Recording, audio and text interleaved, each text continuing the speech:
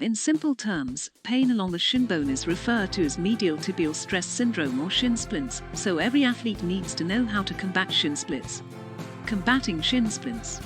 Your vulnerability increases if you run or jump on hard surfaces, have an improper running technique, or have started exercising after being inactive for some time.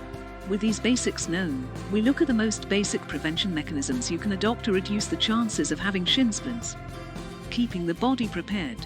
As posed in several research available on Science Direct, having a graded running exposure program is highly recommended, i.e., avoiding sudden increases in your physical activity. The sudden increase can be that of intensity, duration, or frequency. This is the most helpful way to prevent the risks of shin splints in any sport. You have to gradually build your exercise routines, beginning with low-intensity strengthening exercises, which help you stretch your calves and hamstrings and strengthen your hip muscles. Similarly, try running on softer surfaces if you can, as it will lessen the level of force that your body has to absorb instead of running on more complex characters. Using safety gear. Some safety shoes and equipment are available in the market, boosted as the most effective prevention tool against shin splints. Mayo Clinic recommends changing your shoes between every 350 to 500 miles.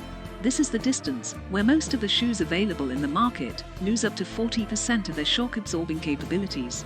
Most routine runners keep a pair of shoes in their kits, which they rotate regularly. Getting help from experts. Physical therapists, trainers, fitness instructors, anyone can be reached out to when planning a progression of your fitness or exercise program.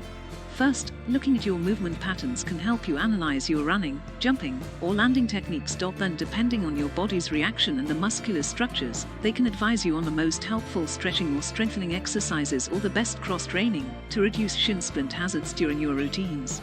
They are the ones who will inform you if you have flat feet or high arches, which are also included as risk factors for repeated shin splints. Avoid any activity that provokes symptoms. While it is one of the most common sports injuries, the treatment of shin splints is primarily conservative. Therefore, the initial response to an early indication of shin splints is the temporary reduction or cessation of activity that induced it in the first place.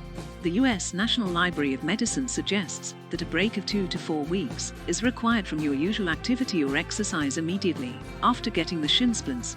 Alongside rest, in case of any slight indication of shin splints, ice is always helpful in reducing stress and swelling. Other approaches like ultrasound therapy, balance training, acupuncture, shockwave therapy, and orthotics are also valid. However, when evaluating different claims on how to combat shin splints, the efficiency of each approach is yet to be assessed by any in-depth academic research.